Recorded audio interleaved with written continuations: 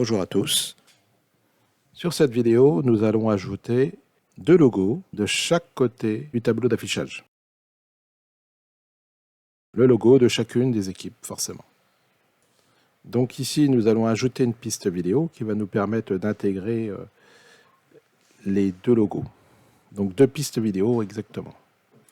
Donc nous allons ici insérer les logos.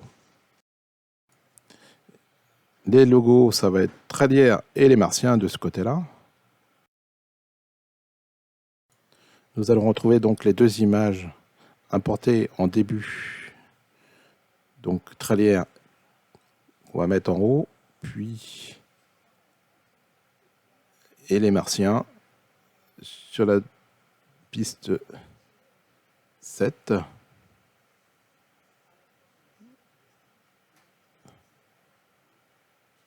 Voilà. Donc ce logo-là est à retravailler, il est rond. Celui de Tralière sera à réduire. Donc nous allons allonger le temps, car naturellement, lors de l'intégration, le logo a pris 5 secondes sur la timeline. Donc on va déjà les allonger pour pouvoir corriger. Au début de la timeline des deux logos, on va réaliser un léger fondu, pour que ça arrive tout en douceur, comme cela. Là, nous allons retravailler les dimensions dans l'inspecteur, puis retravailler la partie sphérique du logo. Pour modifier un logo, nous allons aller d'abord dans la timeline, sélectionner le logo, puis aller sur étalonnage. Donc on peut voir tous les rushs, les logos, le logo de Tralière rectangulaire ou carré enfin, et nous allons retravailler le logo de Samar. Pour cela, on va sélectionner la forme ronde dans le Power Windows et on va l'ajuster à la taille du logo.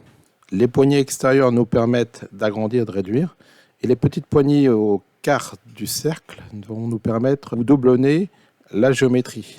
Pour finaliser, il va falloir créer une sortie alpha et la relier pour que le LUT fonctionne.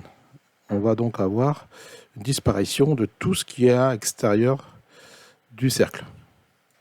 Suite à cela, nous revenons dans le montage et on va repositionner les deux logos et les redimensionner pour qu'ils soient adaptés à notre choix. On va les réduire du coup.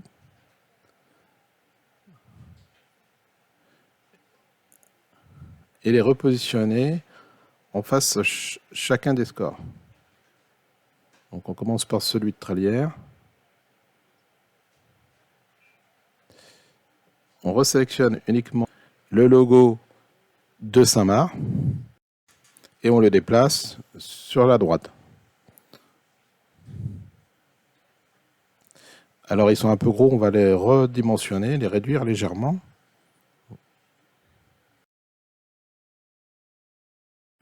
Il faut que cela reste assez discret.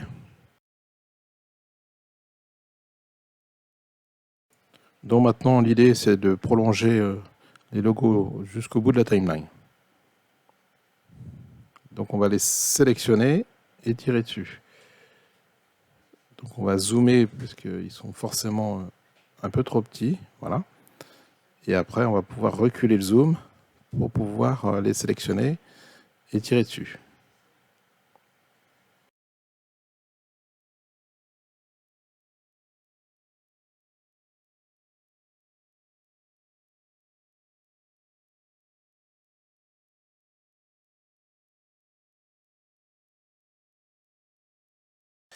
Et l'on vient finir avec un petit fondu. Voilà ce que ça donne.